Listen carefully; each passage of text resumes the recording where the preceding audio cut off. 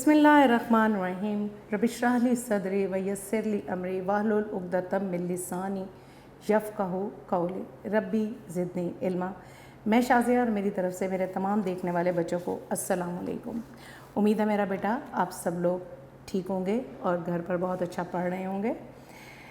آپ جیسے میرے بیگ پہ دیکھ رہے ہیں کہ بورڈ پہ آج میں آپ کو مضامین 2 پڑھاؤں گی، جن میں سے پہلا میرا جو مضمون ہے وہ ہے میرا پسندیدہ مشغلہ۔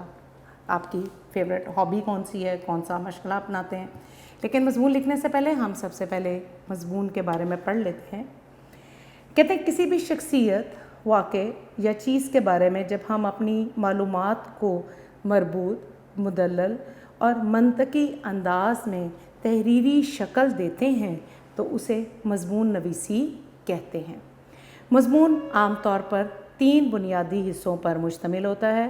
پہلا موضوع کا تعارف یا تمہید، دوسرا نفس مضمون اور تیسرا اختتامیہ۔ مضمون لکھنے سے قبل متعلقہ موضوع پر کچھ مواد ضرور ڈال لیں، یعنی کہ کچھ اس کے بارے میں پہلے سے انفارمیشن ضرور اکٹھی کر لیں تاکہ مضمون لکھتے وقت آپ کو کوئی مشکل نہ ہو۔ مضمون لکھنے کے لیے یہ بھی ضروری ہے کہ ہمیں اگر کوئی واقعہ یا شخصیت کے متعلق ہم نے مضمون لکھنا ہے تو اس کے لیے ہمارے پاس تمام معلومات ہوں اور ان معلومات سے ہم ایک بہترین مضمون تحریر کر سکیں۔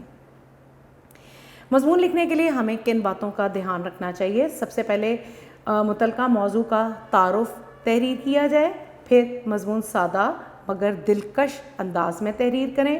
واقعات کی ترتیب یا پیشکش میں واضح طور پر ربط کا خیال رکھیں، یعنی کہ واقعات کی ترتیب میں ربط کا ہونا ضروری ہے۔ مضمون پیراگراف کی شکل میں لکھا جائے اور ایک ہی بات کو بار بار نہ دہرایا جائے۔ مضمون کا اختتام جامع ہونا چاہیے۔ مضمون چھوٹے چھوٹے جملوں کی صورت میں لکھا جائے۔ موضوع کی مناسبت سے اگر آپ کوئی آیات قرآنی، احادیث مبارکہ، اشعار یا اقوال سے بھی مضمون کو مزین کر سکتے ہیں، یعنی مضمون میں تحریر کر سکتے ہیں۔ مضمون لکھنے کے بعد ایک دفعہ اس کو ضرور پڑھیں کہ اس میں کوئی غلطی تو نہیں رہ گئی۔ اس کی غلطیوں کی اصلاح کے لیے مضمون کو نظر ثانی ضرور کر لیجئے۔ پہلا ہمارا جو مضمون ہے وہ ہے میرا پسندیدہ مشغلہ۔ اس مضمون میں جتنے بھی مشکل الفاظ تھے جہاں تک ممکن ہو سکا میں نے آپ کے لیے بورڈ پر تحریر کر دیے ہیں۔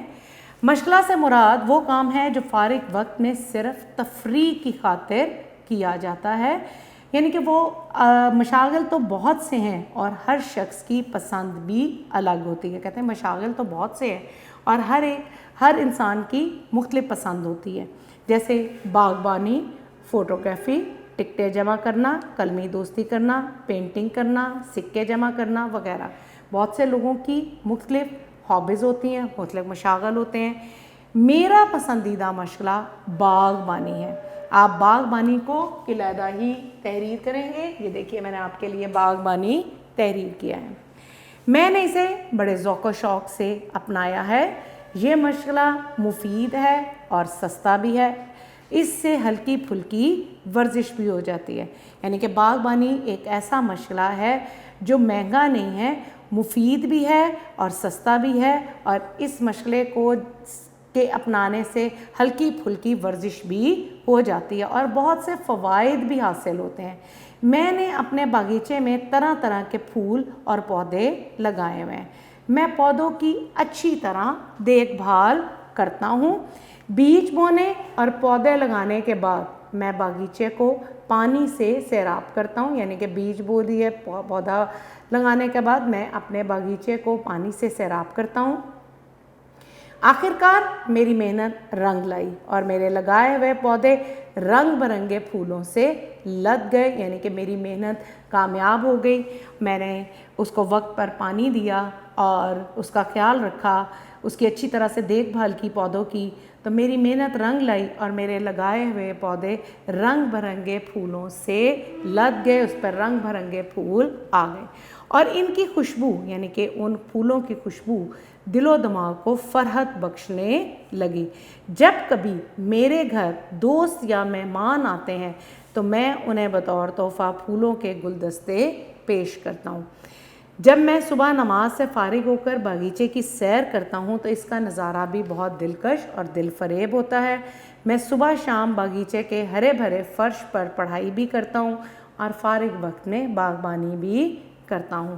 باغبانی نہایت ہی دلچسپ اور فائدہ مند مشغلہ ہے۔ بزرگ کہتے ہیں کہ ایک درخت 10 افراد کو کافی مقدار میں آکسیجن مہیا کرتا ہے، لہٰذا ہمیں درخت ضرور لگانے چاہیے اور ان کی دیکھ بھال کرنا بھی ہمارا فرض ہے۔ یہ ضروری نہیں آپ باغبانی پہ لکھیں، آپ کو جو مشغلہ آپ نے اپنایا ہوا ہے یا جس کے بارے میں آپ کو بہت اچھا خاصا نالج ہے، معلومات ہے، آپ اس کے بارے میں بھی تحریر کر سکتے ہیں۔ ضروری نہیں آپ باغبانی کے بارے میں ہی لکھیں۔ ایک دفعہ اس کو جلدی سے دیکھ لیتے ہیں۔ مشغلہ سے مراد وہ کام ہے جو فارغ وقت میں ہم پڑھنے کے بعد تفریح کی خاطر کیا جاتا ہے۔ مشاغل تو بہت سے ہیں اور ہر شخص کی پسند بھی الگ ہوتی ہے۔ مختلف مشاغل ہیں، باغبانی، فوٹوگرافی، ٹکٹیں جمع کرنا، پینٹنگ کرنا، سکے جمع کرنا وغیرہ وغیرہ۔ میرا پسندیدہ مشغلہ باغبانی ہے اور میں نے اسے بڑے ذوق و شوق سے اپنایا ہے۔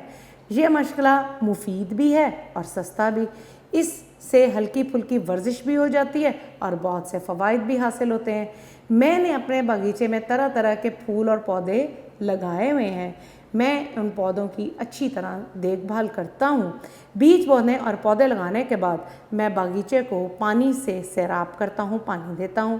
آخر کار میری محنت رنگ لائی اور میرے لگائے ہوئے پودے رنگ برنگے پھولوں سے لد گئے اور ان کی خوشبو دل و دماغ کو فرحت اور تازگی بخشنے لگی۔ جب کبھی میرے گھر دوست یا مہمان آتے ہیں تو میں انہیں بطور تحفہ پھولوں کے گلدستے پیش کرتا ہوں۔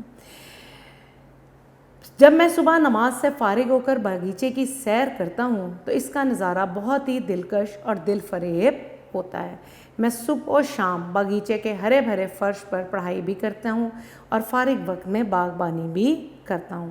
باغبانی نہایت ہی دلچسپ اور فائدہ مند مشغلہ ہے۔ بزرگ کہتے ہیں کہ ایک درخت 10 افراد کو کافی مقدار میں آکسیجن مہیا کرتا ہے، لہٰذا ہمیں درخت ضرور لگانے چاہیے اور ان کی دیکھ بھال کرنا بھی ہمارا فرض ہے۔ امید ہے میرا بیٹا آپ کو میرا پسندیدہ مشغلہ اچھے طریقے سے سمجھ میں آ گیا ہوگا۔ آج کا دوسرا جو مضمون ہے وہ ہے ہمارا اسکول۔ ہمارا اسکول، اس میں بھی جتنے مشکل الفاظ تھے وہ جہاں تک ممکن ہوا میں نے آپ کے لیے بورڈ پہ تحریر کر دیے۔ میرے اسکول کا نام یونیک ہائی اسکول ہے جس کا شمار شہر کے بہترین اسکولوں میں ہوتا ہے۔ میرا اسکول وحدت روڈ مسلم ٹاؤن میں واقع ہے۔ اس کی عمارت بہت خوبصورت ہے۔ اس میں 20 کمرے ہیں۔ اس کے 2 حصے ہیں، ایک حصہ مڈل اور ایک دوسرا ہائی۔ جماعت کے کمرے کھلے، صاف ستھرے اور ایئر کنڈیشنڈ ہیں۔ اچھا، اب عام طور پر کیا دیکھا گیا ہے کہ ہم کلاس لکھ دیتے ہیں۔ آپ جہاں تک ممکن ہو سکے انگلش کے الفاظ نہ لکھا کریں، کلاس کی جگہ آپ جماعت کو ہی تحریر کریں۔ عمارت کے درمیان میں پرنسپل آفس ہے۔ میرے اسکول میں ایک لائبریری بھی ہے جس میں مختلف موضوعات پر بہت سی کتابیں ہیں۔ طلبہ اور اساتذہ لائبریری میں بیٹھ کر پڑھ بھی سکتے ہیں اور کتابیں گھر بھی لے کے جا سکتے ہیں۔ ہر طالب علم یا طالبہ ایک وقت میں ایک کتاب گھر لے جا سکتا یا سکتی ہے۔